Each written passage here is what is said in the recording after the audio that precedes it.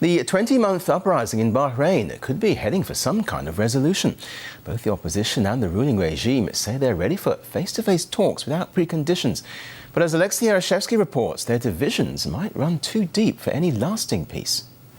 Sadiq says his life is shattered. He sits on a municipal council in Bahrain, and several months ago he was shot by police during a peaceful protest. Looking at his injuries, he's lucky to be alive. I was with many other protesters when we were faced by riot police. They did not hesitate to shoot us directly to the head. The bullets the police are using are for hunting birds and animals. I've been shot with over 192 pellets, scattered all over my body, in the head, face, abdomen, arms, legs. The most dangerous ones are those inside my lungs. Sadiq is just one of hundreds who have suffered in the anti-government protests that started around 20 months ago, when revolution fever was sweeping the Middle East and North Africa. The dissent in Bahrain differs little from that in nations swept by the Arab Spring. The protesters never stop.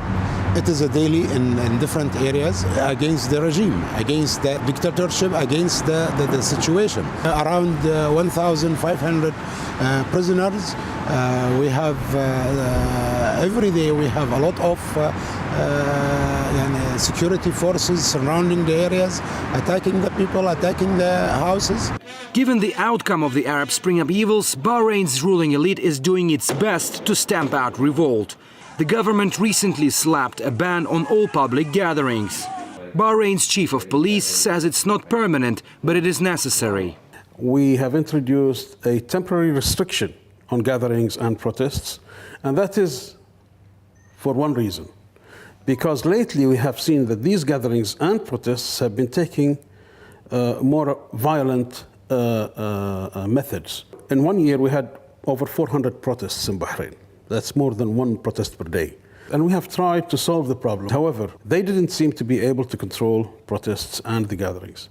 Despite the ban and the risk of arrest, people are still gathering. The hardcore of the protest comes from poor neighborhoods. As soon as we reached one, we immediately encountered a small and peaceful anti-governmental rally.